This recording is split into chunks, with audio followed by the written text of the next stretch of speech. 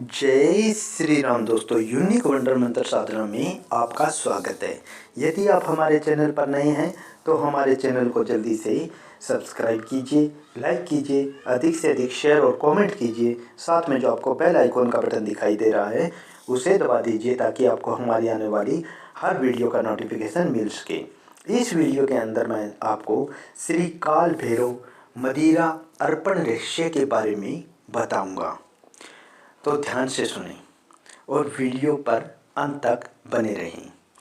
अनेक नगर, पुर तथा पुरियों का अवलोकन करते हुए हनुमान तथा नारद जी उज्जैनी की सिरपा नदी के तट पर बसी अवंतिकापुरी, जिसे उज्जैनी या उज्जैन भी कहते हैं, पहुँचे। यहाँ महाकलेश्वर नाम का ज्योतिर्लिंग है। वहाँ पहुंचकर दोनों ने सर्वप्रथम शिरपा माता को प्रणाम किया और फिर स्नान करने के बाद पुरी में प्रवेश किया। सबसे पहले उन्हें श्री काल भैरव जी का मंदिर मिला। अवंतिका के श्री काल भैरव मंदिर में जब श्री महावीर हनुमान तथा देव ऋषि नारद जी ने प्रवेश किया तब वहाँ आरती हो रही थी। भगत नाना प्रकार के वाद्य बजा रहे थे। कुछ भावुक जन ताली बजाते हुए उमंग से झूम रहे थे। प्रधान पुजारी जी ने 33 दीपों की आरती घुमा रहे थे। 11-11 दीपों की 3 प्रज्वलित पंक्तियां अत्यंत सुहानी लग रही थी। आरती हो जाने पर पुजारी जी ने नीराजन का जल छिड़का। सब ने भक्तिपूर्वक अपने मस्तक झुकाकर उन्हें जल को अपने तन पर पड़ने दिया और अपने को कृतार्थ माना। फिर सब ने करबद्ध रूप से भगवान की स्तुति आरंभ की। श्री काल भैरव की पूजा आरती देखकर हनुमान जी और नारद जी अत्यंत आनंदित हुए। उन्होंने कुछ देर वहाँ रुकने का निश्चय किया और मंदिर के कोने में, जहाँ किसी का कोई अड़चन न हो, दोनों आसन लगाकर ध्यान मुद्रा में बैठ गए। ध्यान का तो बहाना था, वास्तव में वे यह देखना चाहते थे कि यहाँ और क्या क्या होता है। उन्होंने देखा कि मंदिर में अगणित श्रद्धालु भगत आकर काल भैरव को मदपान कराते हैं। इस नैवेद्य समर्पण की विधि भी बड़ी विचित्रता थी। प्रत्येक भगत अपने मद पात्र का 2/3 भाग भगवान के मद पात्र कपाल पात्र में डालता था, जिसका 2/3 भाग कुछ ही क्षण में भगवान ग्रहण कर लेते थे। कपाल पात्र में बचा हुआ शेष मद पुजारी जी लाने वाले के मद पात्र में वापस डाल देते थे। इस क्रम निरंतर चलता रहता था। श्री काल भैरव को अनवरत मद्यपान करते हुए देखकर हनुमान जी और नारद जी आश्चर्यचकित हो गए। नारद जी ने प्रश्न किया कि हे महावीर, निरंतर मद्यपान का सेवन करने वाले ये देवता क्या और कुछ नहीं खाते पीते? हनुमान जी ने उत्तर दिया, इन्हें महाकाल का एक रूप समझो।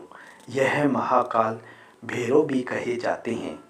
इन पर शमशान भैरवी और छिन्नमस्ता भैरवी अदृश्य रूप से सदैव सवार रहती है।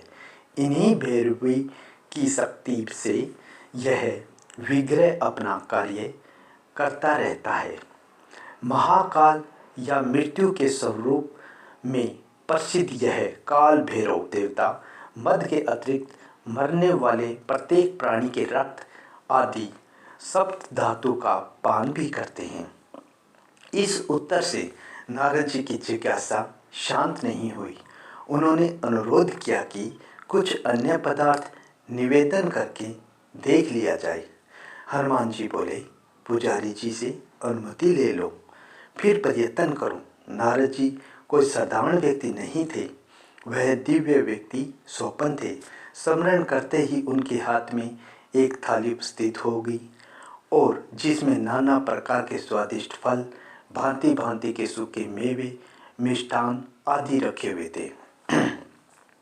नारद जी के ने पुजारी जी के पास जाकर प्रार्थना की, हे महाराज, मुझे भोग अर्पित करने की आज्ञा दीजिए। पुजारी ने कुछ मुस्कुराते हुए कपाल पात्र की ओर संकेत किया कि इनमें डालो।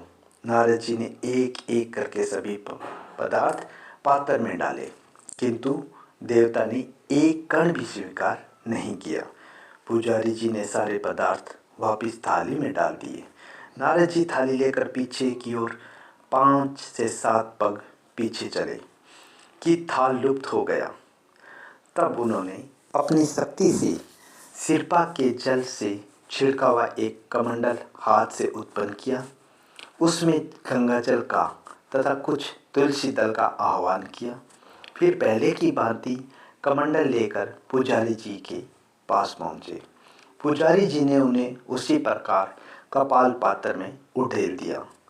पर्याप्त समय तक प्रतीक्षा करने के बाद एक बूंद भी स्वीकार नहीं की गई। तब पुजारी जी ने सारा जल कमंडल में वापस डाल दिया। अत्यंत निराश होकर नारद जी हनुमान जी के पास आ गए। हताश हो जाने पर कभी कभी कोई व्यक्ति हठ पकड़ लेता है। कुछ ऐसी ही मनोदशा देव ऋषि नारद जी की थी। अपने प्रयास में 100% असफल होने के कारण उनके मन में कुछ खिजलाहट भी थी। उन्होंने हनुमान जी से कहा, महावीर, आप जैसे सर्वसमर्थ प्रभु के संग होते हुए भी मेरी पराजय हो जाए, यह बात उचित तथा न्याय संगत नहीं लगती। मैं किसी भी प्रकार काल भैरव को सात्विक एवं वैष्णवोचित नैवेद्य अर्पित करूं। आपको कुछ ऐसा उपाय करना होगा जिससे मेरी लालसा पूरी हो। अर्धरात्रि के समय हनुमान जी ने नारद जी को एक स्वर्ण पात्र में गंगा जल लाने की आज्ञा दी और उसमें तुलसी दल भी डालने को कहा। यह कार्य करने के बाद नारद जी को अधिक विलंब नहीं हुआ। गंगा जल के पात्र में को सम्मुख रखकर जब हनुमान जी भैरव मंत्रों से उसे अभिनियंत्रित करने लगे, तब सन्ने सन्ने गंगे जल का रंग बदलने लगा और देखते ही देखते वह मदराक के रूप में परिवर्तित हो गया। यह देखकर नारद जी अब नोक भोंक सिकोड़ने लगे, तो हनुमान जी ने उन्हें शांत रहने का संकेत दिया।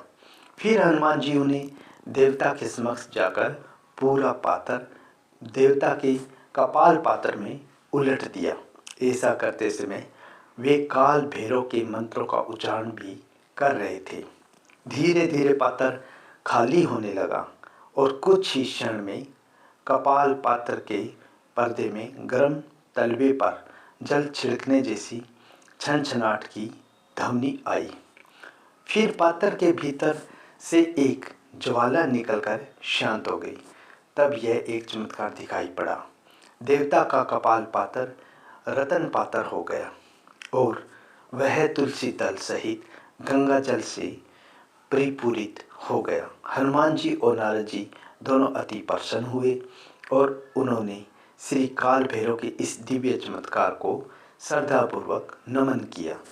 जब हनुमान जी ने उसे गंगा जल को अपने पात्र में भर लिया, तब रतन पात्र में परिवर्तित देवता का पात्र फिर कपाल पात्र बन गया।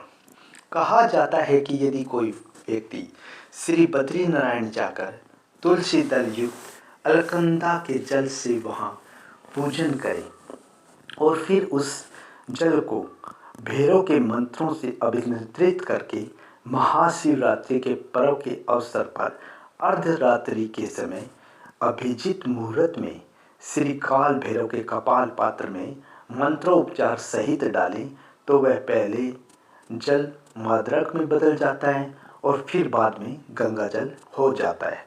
आज का भौतिक विज्ञान यद्यपि अनेक दुर्लभ साधनों से संपन्न है, तथापि उसके पास ऐसे उपयुक्त साधन नहीं है जिनकी कसौटी पर कसकर वह ऐसी अलौकिक घटनाओं का सत्यापन कर सके। ऐसी स्थिति में इसे असत्य या कोई कल्पना मानना उचित नहीं है। इस कथा के रहस्य का उद्घाटन कभी भी नहीं हो पाया है। यह रहस्य जब भी उद्घाटित होगा, मानव जाति के लिए परम सौभाग्य का संदेश लेकर आएगा। जय श्री काल भैरव। जय श्री राम दोस्तों।